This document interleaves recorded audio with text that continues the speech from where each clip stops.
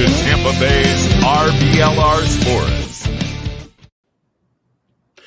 Hello, everyone out there in Tampa Bay and beyond. This is James Knowles coming at you for the RBLR Sports podcast. I am here tonight to cover the Rowdies like I usually do, and I'm here tonight with my usual co-host, even if we are not going on our usual night.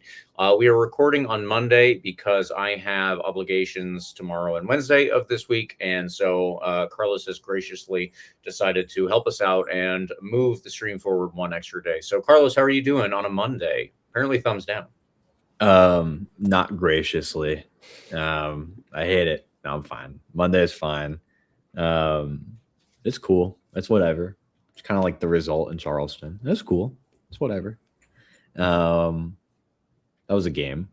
There's a lot going on this week, and Eureka and I spent about 5 minutes before we actually started going live this evening talking about WrestleMania, which was fun. There was Lightning opening playoff game yesterday, which was not as fun. Fun for the casual, I'd imagine. They lost 4-3 in overtime. But that's a great thing about hockey, James. There's best of 7 series. All you got to do is win 4 games. So who cares about game 1? We'll throw that one away. So go Bolts. Good weekend, James. It was a good weekend. I actually enjoyed the nice weather in DC. Went to not the Nats game, but stood outside the stadium at a place called Bullpen. If anybody's been in DC, they probably heard of it. It's like, I guess it'd be the equivalent of like Ferg's outside of Tropicana Field. Okay. But nicer. It's cool. There's a lot of stuff going on over there. Great environment. Half off drinks during the game. So nice. Good time with some of my friends. And made my way home to enjoy my Saturday evening.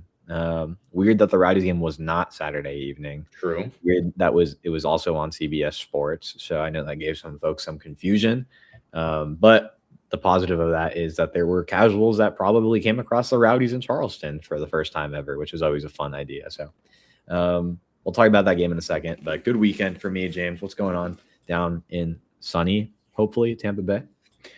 Very sunny. My phone told me that it was fire weather alert time. Ooh. So you could say that it's possibly even too sunny. I don't know if snowbirds might be listening to that, but anyway, that's where we are down here in Tampa Bay area. Yeah, it's hopefully we're going to avoid the fires, I suppose. Other than that, though, I think we're doing okay. The Rowdies have, they have not won this past weekend, but they have maintained their unbeaten record. So I think that is something to hang our hat on in this particular moment. And Carlos, we're going to get into all of that shortly. Yeah. In fact, we can do that now. Last week, the Rowdies drew away to Charleston at a weird time, just like Carlos mentioned. We're going to talk about that a little bit. The optics around this game aren't like worthy of a whole discussion, but they are worthy of maybe a minute or two because it was just the colors, the brightness, the time of day, everything. It was off. The jersey clash was yeah. I thought that was super weird, but whatever. It's a good enough result while we maintain an unbeaten start to the season. And now the Rowdies take on Sarasota in the Prinks Tires Cup, which Carlos and I will forever refer to as the Jägermeister Cup because that is its rightful name. Yeah, so we should not refer to it as the Prinks Jägermeister Cup because that you're combining like drinking and tires. So I don't know. It'd be like the drinking and driving cup if you start calling it the Prinks Jägermeister Cup. So just go one or the other. Pick one. I'm going to go with the Jägermeister Cup because it sounds way cooler than Prinks Tires. Yeah, I think that it's a good idea not to combine them. You don't need to either combine alcohol and tires that go on a car or drinking out of tires or something like that. That would be cool. Yeah, also probably not a good idea. We can discuss that now. Like and subscribe to us on YouTube, any major podcast platform. And of course, please follow RBLR Sports on all your social medias at RBLR Sports.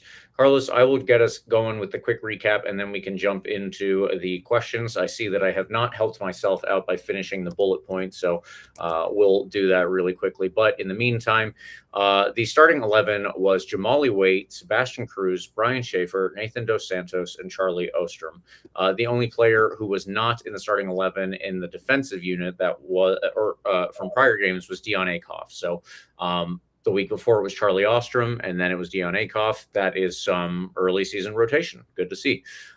In the midfield, Max Schneider, Pedro Dolabella, Evan Conway, Marco Micheletto, and Russell Cicerone played similar roles to what they had. Obviously, Lewis Hilton did not start this past game, and Evan Conway got his first start for the Tampa Bay Rowdies.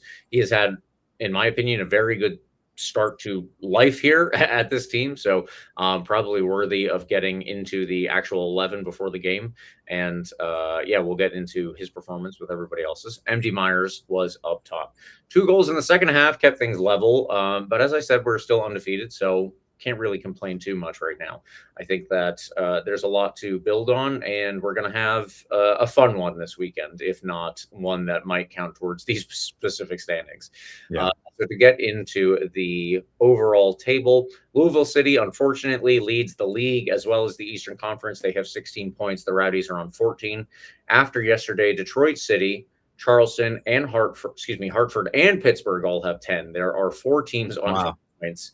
And then there are 2 teams on 9 points, Indy 11 and the Miami FC. I think the Miami FC possibly have turned back into a pumpkin at this point, Carlos, because they have lost their last 2 games.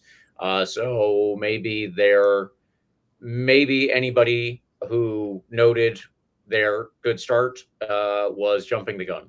It was probably just you, to be fair. Like, I don't think there was any Miami fans that were around to point out how good they were looking for about a week. Yeah, I think that possibly the amount of people who show up to those games are, it depends on how many people get tricked into buying the wrong Miami tickets and they show up wearing pink jerseys. They show up wearing pink jerseys and they're like, oh no, what's happening here? But that's a conversation for another day. Yeah. Out west, Orange County and San Antonio FC each have 15 points. El Paso has 13. And then there are 3 teams on 9 points. So still pretty congested once you get past Louisville City, the Rowdies, Orange County, and San Antonio. And El Paso, actually, I should say that. Our own standings. Eureka leads. Our producer, Eureka, predicted the exact right scoreline. So he jumped up a high level to 9 overall. Writer Connor has 7. Carlos, you have 6, I have 5, and writer Parker has 4. So our 2 writers are doing well, but it is our producer, Eureka, and Carlos, you and I, who are the supposed faces of this show, are not doing the best, unfortunately. But there's still plenty of time, obviously. We are very early on in this season. Sure. Carlos, now that I have gone through all of these extraneous points to the game itself, let's actually get into that. And I think my question for you, we usually start with an overall and then get a little bit more specific. So my overall is, should we have gotten more out of this one? I feel like, if I'm putting this out there to start things, I feel like, honestly, the game seemed to me pretty even, but I wanted to get your take as well. I think the answer is probably no to that question. Probably no. This is probably about where we should have landed. For the record, and before we start talking about whether it's like a merited result based on the performance, I will say that we talked about how hard this venue has been. Well, not this specific stadium, but Charleston in general has been for us to play in. You'll recall that Charleston in this series against us has 15 wins to our 9.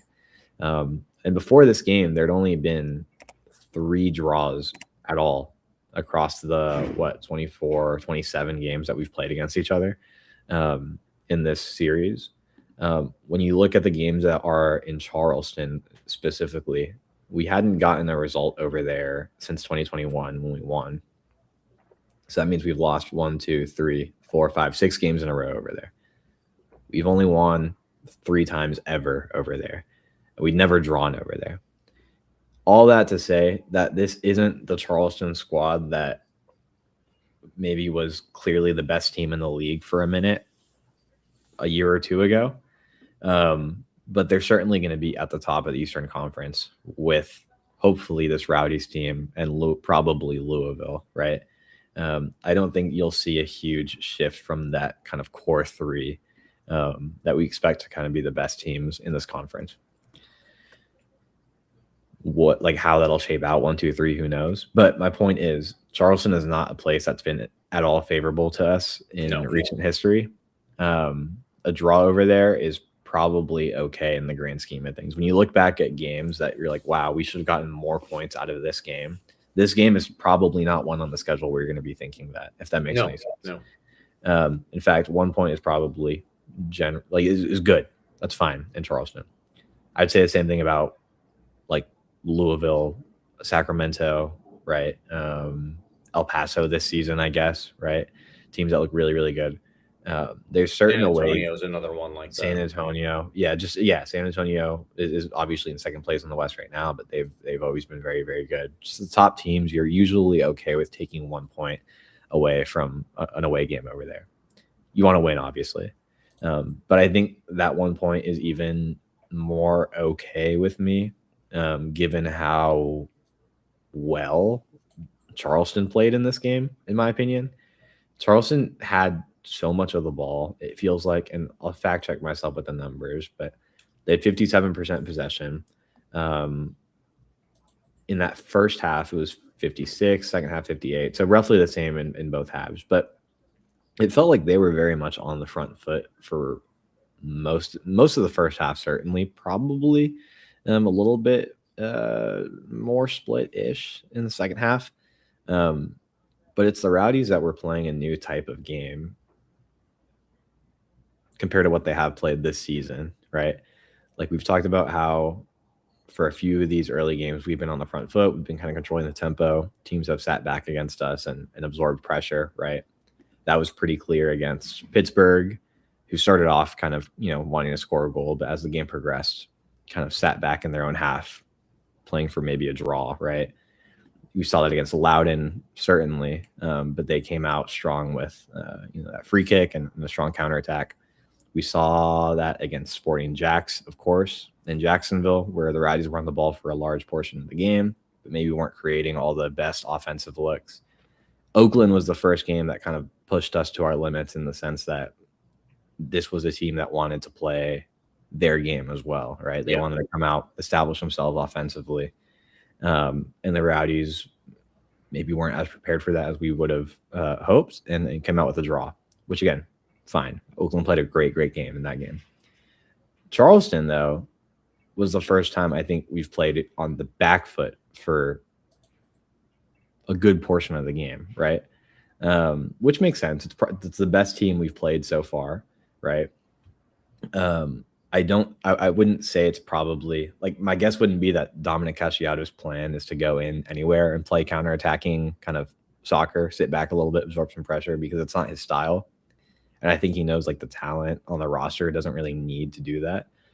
So that was probably a result of Charleston just being very aggressive. Like we said, they were coming off an embarrassing loss to Brooklyn. They wanted to reestablish themselves at home against a team that they have had, our number, right? This was probably going to be a good opportunity for them to bounce back, get some, full 3 points against one of the top teams in the league, and kind of prove that game against Brooklyn was a fluke, right? All that to say, Charleston had a lot going in their favor. I was worried for a little bit in this game. I think our goal was kind of against the run of play. It was, let me look back at it. It was really, it was a really well-worked goal, to be fair. And I want to talk about it a little bit because I think one of the contributors was one of kind of the wild cards for me so far this season.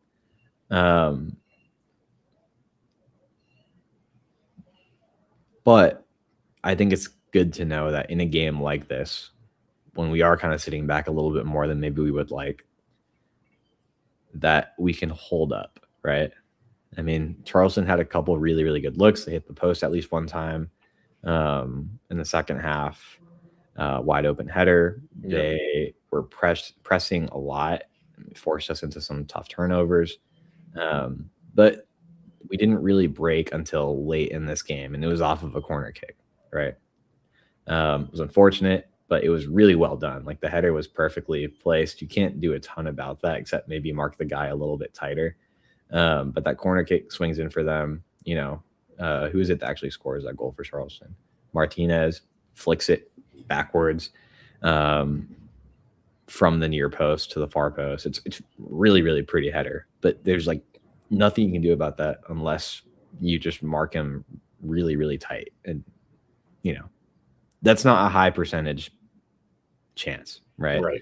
Most of the times that doesn't go in. So I'm not going to say like I'm okay giving up a goal, like generally, but if there's a goal you're going to give up, that's probably going to be one that I can live with, right? Those are the hardest ones to defend in scenarios where, it's just a lot of set pieces ultimately come down to being almost 50-50s at moments. Yeah. And some of them you're just not going to get your head to.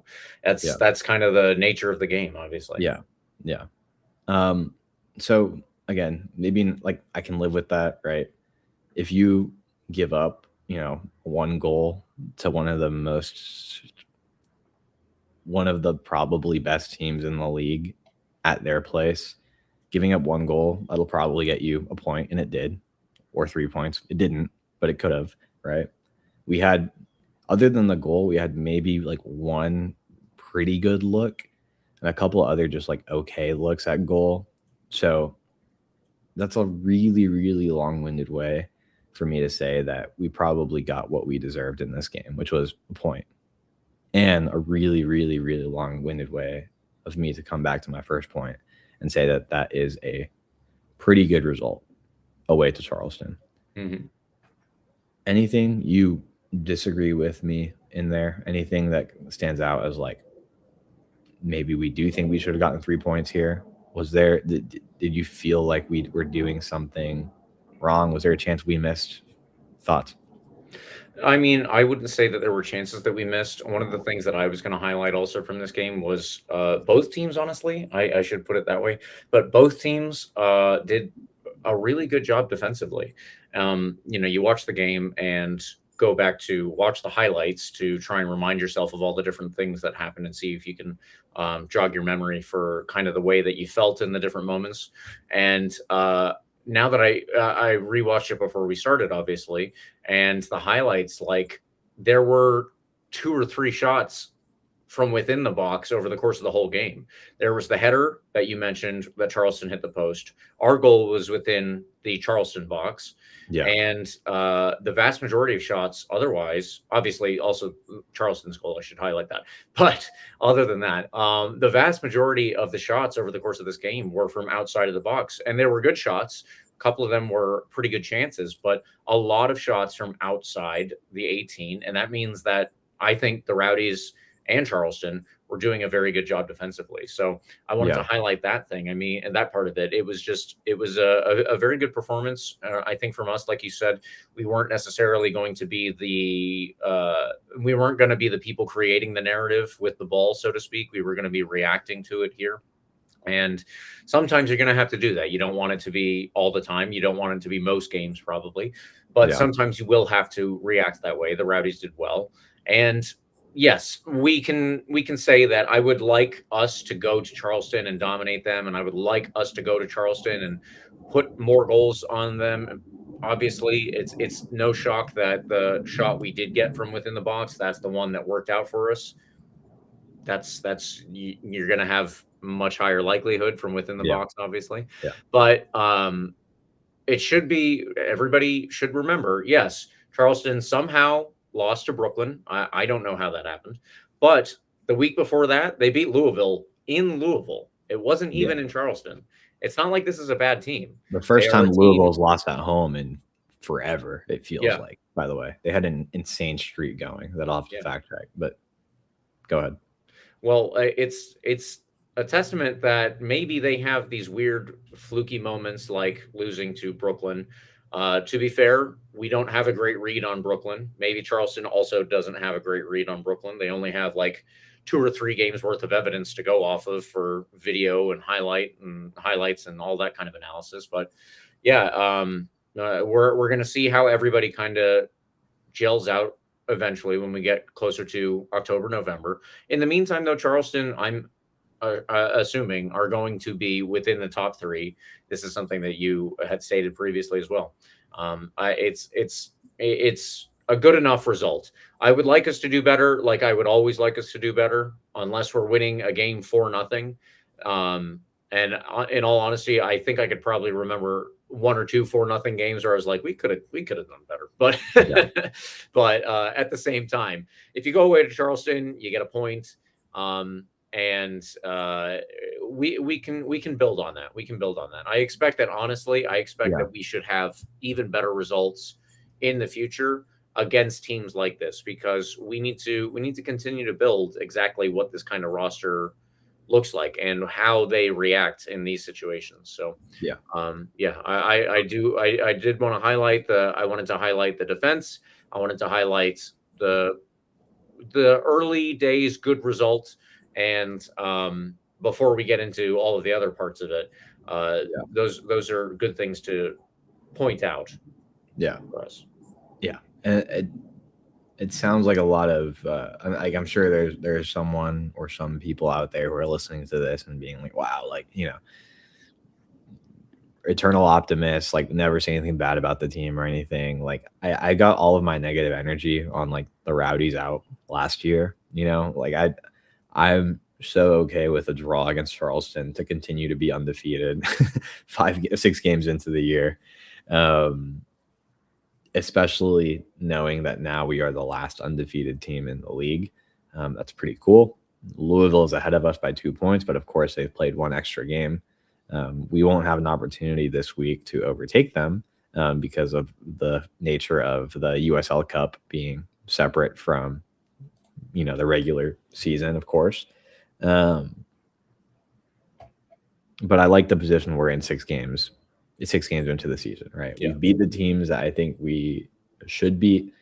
We have, I think, sent an early message with that 3-0 drubbing of Pittsburgh. I think that was a real kind of statement win early on in the season. And then after that, I think you're kind of just playing, good enough soccer to beat, again, the team you should beat in Loudoun, a team you should beat in Sporting Jacksonville, which took until the last kick of the game, to be fair, right? So it's not like we're playing like impeccable, perfect soccer. And of course, you draw against Oakland after that, who's also going to be a really good team, I feel, but probably isn't like number 1 or 2 out west at the moment. And certainly not at the moment, but by the end of the season, this is a draw I'm okay with too, right? I said I was okay with that draw against Oakland, and I think I still am. We'll see how I feel about that by the end of the season, if they're much worse than I actually think they are. I think they're a pretty good team, but this is a draw I'm definitely okay with. We like the historical aspect of it, like how much we've struggled over there. That doesn't go unnoticed in my mind. Like that is a trend for a reason, right? They are almost impeccably run club when it comes to the on-field stuff. Like they are really, really good at constructing good rosters, and I don't think this year is any different for them. So I like how we played enough. We played well enough to get out of there with a point. I would have liked to see more offensive creativity, but I just don't think we had the chance to do that. Like you said, they stifled us. I think we generally stifled them too. They didn't have a ton of insanely good opportunities, with the exception, of course, of that header that hit the post. And again, their goal was not an opportunity that's like, wow, he's so wide open. This is an incredibly high XG opportunity, right? Yeah. It's fine. It's fine. I would obviously love 3 points, but I'll live with this. By the way, I want to mention the goal that we scored for a second, because it was really, really well done. Mateus, right? We've talked about him, son of the Brazilian legend, Bebeto. He comes into this club kind of late in the, process of adding players to the team. He's made a few appearances now. He's gotten some minutes under his belt. I didn't really know what to make of him when he first touched the field. He seemed just kind of like, comfortable. He was elegant on the ball, like you said. I think you got a really great word for it. It was elegant, James, when we talked about him for the first time. Elegant on the ball, very professional way of doing things, right? Just looks comfortable on the field. His pass to set up the goal for Sebastian Cruz was freaking beautiful. Yes. Like the vision there was incredible. There wasn't a ton of space to make that happen, but Cruz did a great job of, making it very clear where he wanted that ball. And Mateus put it there on the money. So lovely combo there that was probably not the 1-2 punch I thought would score the goal for us in this game. It's really interesting with how much offensive firepower we have on the field, which I also want to mention for a second. Cicerone, MD Myers, Evan Conway, Marco Micheletto, Pedro Dolabella, 5 of some of the best attacking talent in this league. And the goal comes from a combination between this kind of random-ish late signing in Mateus and Sebastian Cruz. Awesome. Sebastian Cruz, we've talked about being a revelation for us this year, of course. Starting at right back. Dion Akoff wasn't on the bench in this one. I don't know if there was maybe a light injury that kept him away from the team in this one, or maybe it was just rotation. But if it was, I feel like we'd probably still see him on the bench. So that's my working hypothesis, right? Hilton moves to the bench, by the way, to squeeze in all of that offensive firepower up top that I mentioned. Do you find that as interesting as I do, James? In a game where maybe it feels like we did play a bit more defensively than we would like, it was the game where we probably had as much of our offensive talent as we can squeeze on the field at once. Does that make sense to you? Yeah, I mean, that's a good consideration. I think that in addition to, you pointed out obviously where that was, and not that I don't think he wasn't directly involved in the build-up to the goal, so maybe this is stretching it a little bit, but Lewis Hilton was on when we scored. He was also on when we gave up a goal. But again, it's a corner. The corners, you're just going to give some number of those up. It's not a high number particularly. I forget what the stats are on that, but there's some overall number. You're just going to eventually you will give up some corner goals though, because it's a 50-50.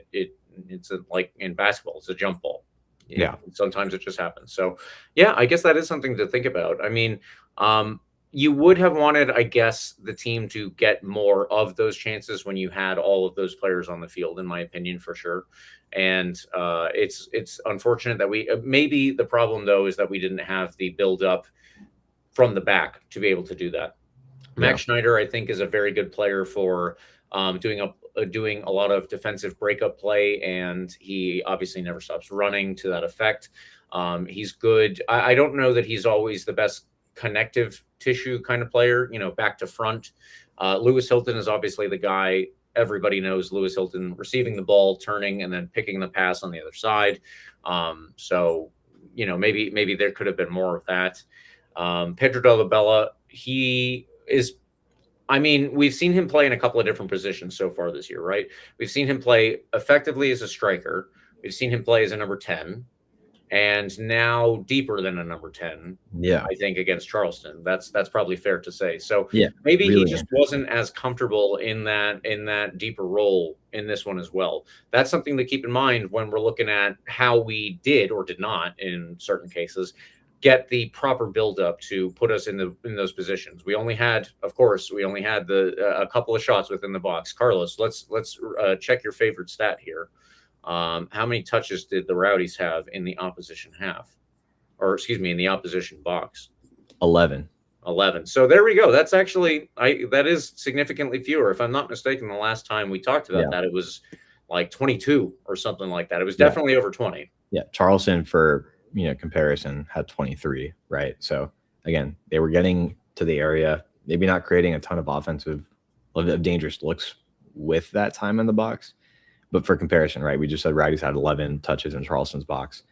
The week before against Oakland, that number was 27 for the Rowdies. The week before that, in the game against Sporting Jacks, that number was 31 for the Rowdies. And before that, in that game against Loudoun, where we dominated, that number was 43, right? So obviously, you don't need that number to prove what we're saying. You can kind of tell from the eye test that it was much more split than some of those past games in terms of kind of where the field was tilting.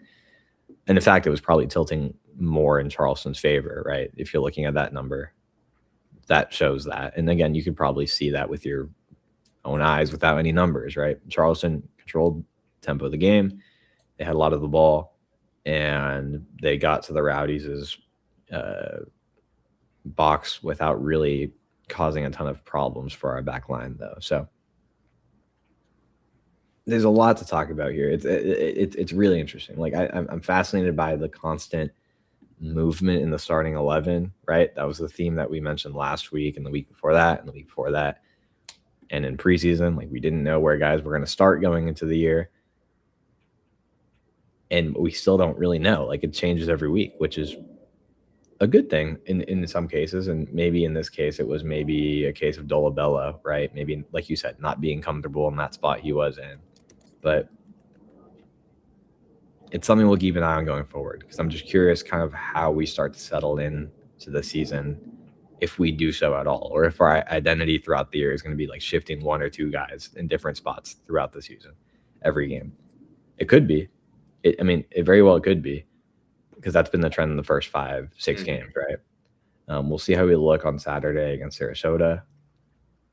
I think if you put all of this attacking power on the field against Sarasota, the MD Myers, Micheletto, Conway, Cicerone, Dolabella, even Cruz at right back, right? You probably score a lot of goals at home against Sarasota versus going away to Charleston, right? Obviously, that's a tougher game, tougher opponent, tougher place to play. But it is interesting that in the game where we kind of squeeze in as much of our top firepower guys on the field as we can, we didn't really generate a lot, right? But I don't think it's anything we did structurally or like tactically. I think it really is just Charleston being a really, really good team and controlling the tempo of the game. Didn't really ever give us a chance to use all of those guys that I'm saying, right? In fact, by the 60th minute, 2 of those attacking pieces, and Micheletto and Dolabella, were subbed out for Hilton and Mateus, who actually led to that goal, right? Interesting. Maybe Henderlong deserves some more minutes every once in a while too. He comes in stoppage time at the end. He's so talented. I really wish there's an easier way to get him on the field more, but he's not really a winger in the same way that Conway can play out there. It's probably either him or MD Myers on the field at any given moment, right? Mm-hmm. So the unfortunate trade-off of having too much talent in the locker room, which I don't think is a real problem. I don't think you can have too much talent in the locker room, is that there's that trade-off constantly. So we'll see. I really hope Henderlong gets some more minutes, though. Maybe we can squeeze him in against Sarasota, see if he can find a rhythm. Although it's really hard for me to tell myself that we need to take MD Myers off the field at any given moment. Like, that doesn't really make sense to me. So, yeah, James, I think that's the game. I think that's this game against Charleston. It's okay. It's fine. In fact, if you're a little bit more optimistic and just generally a more optimistic person like I am, like, you're probably thinking, okay, like, that's a pretty good result, right? But I get how if you are still struggling with the aftershocks of last season, how you might be a little disappointed in this game, but it's only natural. It's a draw against a team you probably don't like that much if you're a really, intense Rowdies fan. But in the grand scheme of things, a draw that I think is okay, if not pretty good. Yeah, I'm generally in agreement there. I think that, a couple of the players did stand out. Sebastian Cruz, obviously, I continue to really like how he's a Swiss Army knife, but also a very good one. Oftentimes you'll have a Swiss Army knife player who can fill in roles, but they're not the favorite person. They're not the one whose name you want to see in that position. I think that he did well.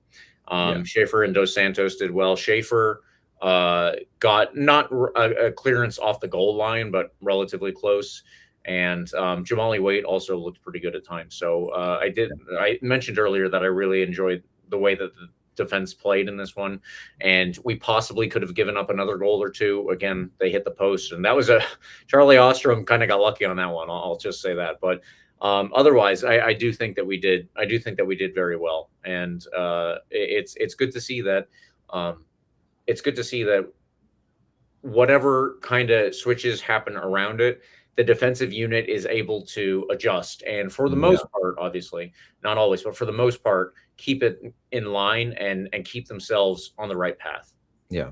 I think you said it best earlier. There's a lot to build from this game. There's a lot of positives to build from. There's obviously the things you want to work on, like finding ways to be a bit more creative, getting down the field against tough teams like Charleston. But I think the overall conclusion is this was fine, and there's ways that you can continue to build on this going forward. This weekend, you have a great opportunity against a team who is in obviously a lower division, who is struggling at the moment, I think, to find their game. They're not playing great soccer based on my limited watching of the Sarasota Paradise.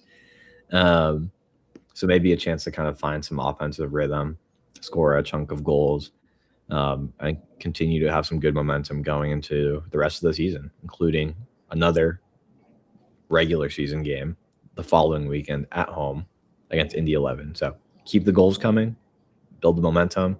And hopefully by that weekend, you can jump Louisville again in the standings, but we'll see. Yeah. Carlos, are there any other things that you want to hit on before we do the man of the match? No, I think I'm good. I think we've talked about this game as much as we can and should.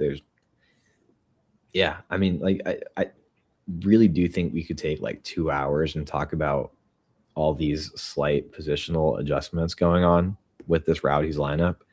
But I don't think that would be the best use of everybody's time, and it would probably get kind of boring by like 5 minutes into it. So I'll probably leave it there. But I am fascinated at this use of like all of our best offensive talent on the field at the same time. That's really interesting. Not something we've done to start a game yet this season. I wonder if we'll try it again this weekend, but probably not, since we change something every week. So we'll see. And in addition to that, while we're on the subject, I expect that there might be a fair few more changes to the lineup coming up here, but that's for roughly 5 minutes from now. Yeah. So, Carlos, who is your man of the match for this game? Yeah, I'll take one of the backline guys just because they stood out to me as a duo. I don't really have anything to separate either of them, so for the sake of just picking one randomly in my head, I'm going to go with Brian Schaefer. Okay. Although Dossantos, like I said, I picked them kind of like as a duo. Dossantos was coming back to a team that he played for, in Charleston Battery, so good for him. But Brian Schaefer has continued to be a really, really incredible revelation for this Tampa Bay Rowdies club, fan base, maybe the locker room, or maybe the locker room already knew he was really good. But he was so solid again, right? That goal that we do concede at the end of this game is not really his fault or Dossantos' fault. Maybe not really anybody's fault. Just a well-worked corner that I think was perfectly placed. That won't happen in most games. Shutting down this team, I think, is really, really impressive. Charleston's going to continue to be one of the best teams in the league this year. They can score goals in chunks, as we've seen in their past few games. So I think this was one we had to be a little bit careful with going into this game. It felt like they were going to come out ready to punch the squad in the face. And I think Dossantos and Schaefer in particular, my man of the match, were up for the challenge. Yeah. And along those lines, my man of the match actually was Nathan Dossantos. So there you go. Yeah, it kind of lines up there. I will just, before I jump into why, Sebastian Cruz, 1 goal, obviously, because he was on the score sheet. 6 defensive contributions. That 1 shot on target was his goal, and 2 chances created outside of that. So not too bad on his part. But this is something that I think I did this last week or the week before. And I'm forgetting exactly which, but my man of the match was chosen because he got double digits defensive contributions. Nathan Dossantos had 13. So if I'm keeping with my own personal precedent, then it is time for me to nominate Nathan Dossantos, and he is my man of the match for this particular game. That's a great number to throw in here too, because like in most cases, I don't want their defensive contributions to be that high. Like I want our number. Right. I want us to have 60-70% possession and like rip 15 shots on goal and score 5 of them. Right? Like we're just in control for the majority of this game. But as much as we feel like we have one of the best rosters in the league, I think there's going to be teams that match up to that roster, punch for punch. Louisville, Charleston is one of them. I think the names itself are still coming together for Charleston, but talent-wise and on-field product looks great for them. There's going to be teams like that you play against them when we get to the finals, hopefully, right?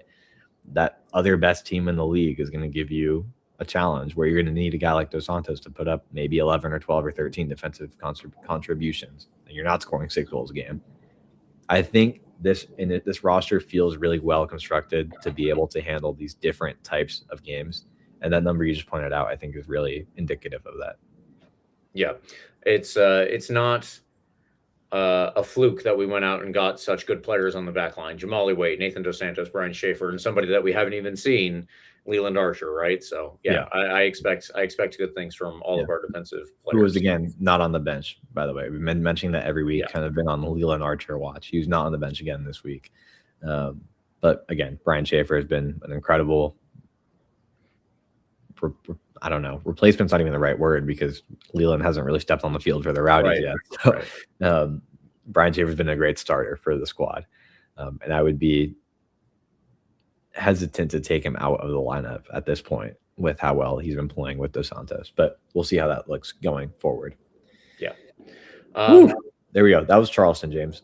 That was Charleston. Move on. There is a fun game coming up. We'll talk about it in a second.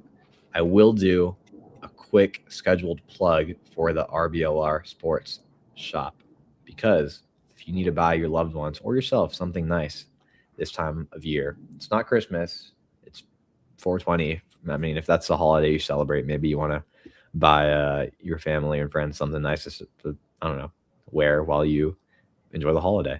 Producer Eureka, make sure that we have some 420 merch lined up. Just want to throw that out there. There you go. I mean, it fits with the color scheme of the Rowdies, kind of. There you go. Look, my point is, go check it out. Shop.rblrsports.com. Use promo code COYR for 10% off everything that you see on the website. There's some great gear over there. Our favorite, I was going to say our favorite writer, because for a little bit he was just the only one. But now I can't say that because we have 2 writers. One of our writers, Connor, purchased a great shirt that he sent in the group chat, and I really like how it looks. There's a ton of great stuff over there. Go ahead, check it out. Shop.rblrsports.com. There's a bunch of cool stuff over there for you to check out. James, let's talk about this matchup coming up this weekend against Sarasota Paradise, a team that is just down the road across the bridge in the Tampa Bay area. Unless you're like I don't know. I think most people would consider Sarasota a part of the Tampa Bay area. I do. Okay. So we can call it a derby if you want. I'm always hesitant to just like throw a rivalry tag on anything just because like the league tells us it's a rivalry. Like just because it's close. Yeah, we'll let it develop naturally if it's there. If not, like I won't care, right? Same thing with like Miami FC, right? It's not a rivalry just because they're there and they're in the same area that the team we did have a rivalry with, and the Strikers was. Like these things happen naturally. My point is, if there's a reason to dislike them, I'll dislike them. For now, they're just a team in Sarasota, and we play them this weekend. You can dislike them if you want. Go for it. I won't stop you. When we play them in the Prinks Tires Cup, of course, formerly known as the Jägermeister Cup, currently in my head, still known as the Jägermeister Cup at Al Lang Stadium. Sarasota is not in the best form. I'll let James talk about them a bit more because I have no read on this team at all. James, you'll actually be doing some scouting for us this week on Wednesday because Sarasota has a midweek matchup ahead of this game against the Rowdies on Saturday. They're not in great form. They're playing a midweek game in the league before they head over to Al Lang on Saturday. They're going to tire their legs out a bit more. Initial feelings are pretty good just because on top of the fact that they're in a lower division, like I said, they're not playing great soccer according to the results. And we're at home. So I like our odds at Al Lang. But before I give you my initial predictions, James, you want to give us a read into Sarasota if you have anything? Yeah, I'll get into what we have so far. I went to the first Sarasota game. That was against AC Boise. And for anybody who is unaware, AC Boise happens to have the same colors as the third Rowdies kit from last season. Just putting that out there. Go. But the players who were involved on that game that were probably most relevant to everybody listening to this were Blake Bodley, who got the assist on the only goal in the game, and Nick Moon on the other side. So yeah, AC Boise won that one, and since then Sarasota have not done particularly well. Yeah, they have They are currently in 15th of 17 teams in the USL League One. Keep in mind, it was supposed to be 18. That doesn't apply right now, but just wanted to throw that out there. They only have 4 points so far. And I want to say, we can guess the lineup here, but we try to do that. I think in this game, it's going to be difficult. There are a couple of reasons for this. Number one, Carlos already mentioned it. They have the game on Wednesday.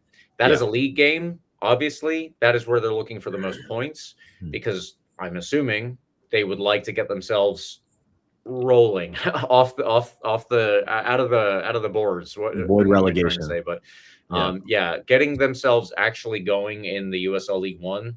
Yeah, that is probably going to be their priority. Here on the game that we play them this weekend, this is a cup game, and it's not even like I don't want to throw any shade on what I'm still calling the Jaeger Cup, because that's fun and cups are fun, but it is not the U.S. Open Cup even, and I would put that in a higher regard.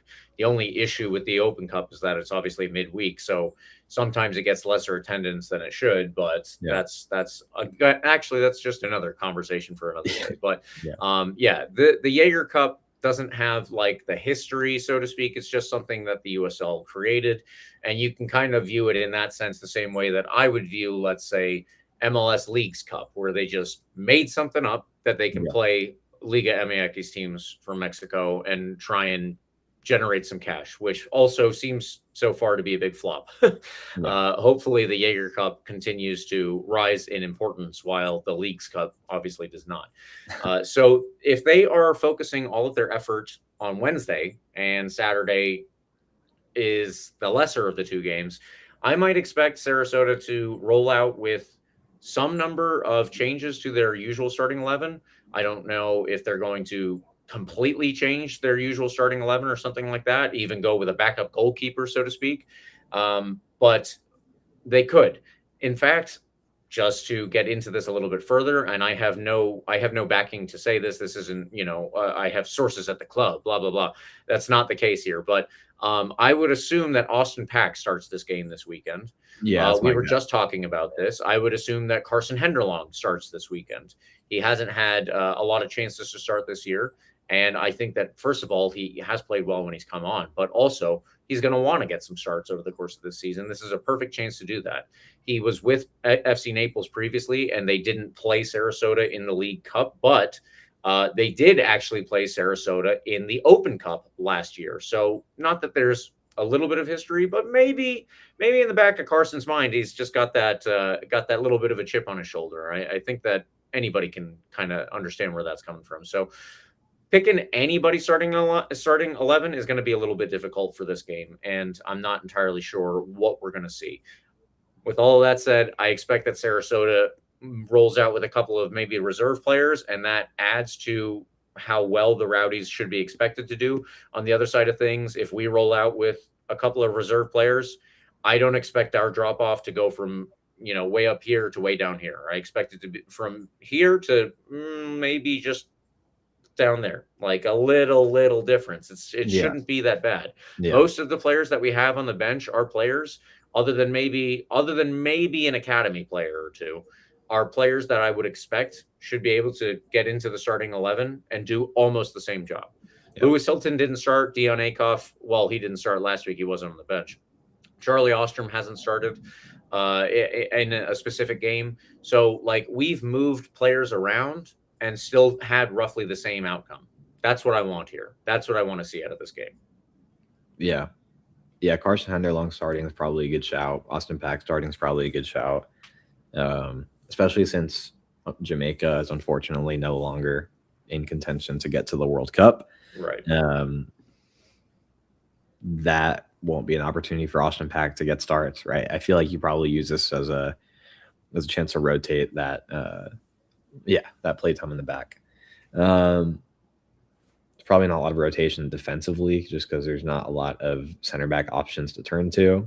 Other than, I guess you have Learman. Learman could get an appearance for the first time as a Tampa Bay Rowdy. No, he did sub in this game. Did he really? Did I miss that? It would be his second overall, but potentially a first start, certainly. Okay. No, you're right. I missed that. Yeah, halftime he came onto the field in Charleston. So maybe a start for him, but I don't know. I don't know. I have no read on Sarasota's like mentality as a club.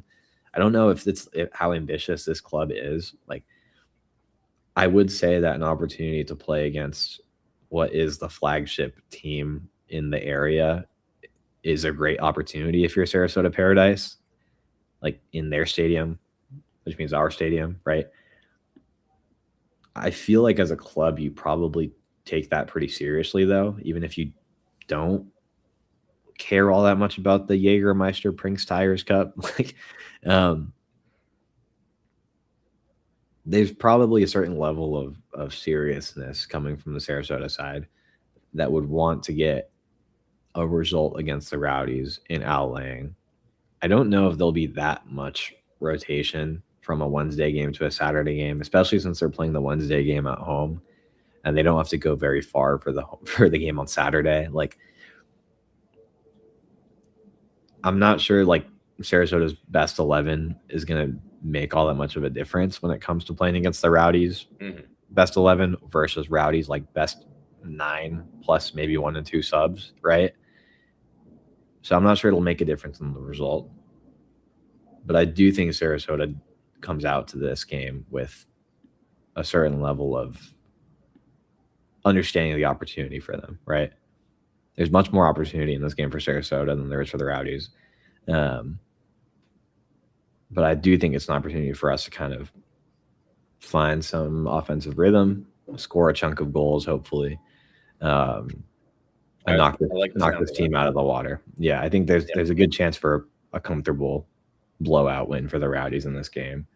But I am really curious about Sarasota's mentality going into this. Like, how serious you take this game. Do you understand the opportunity as a club? I really don't know like what Sarasota's long-term vision is as a club. Like, what's the goal, right? How big do you want to make this? Do you want to really be like a serious like force in Tampa Bay soccer, or is this just kind of one of those clubs that'll come and go in a year or two, right? I don't know. But if they want to be taken seriously, this is a good opportunity to do that. So we'll see how it goes on Saturday. But all that being said, starting their best 11 probably shouldn't make a difference against this Rowdies team. But don't go into it overconfident, of course. It's still a professional team, still a USL team.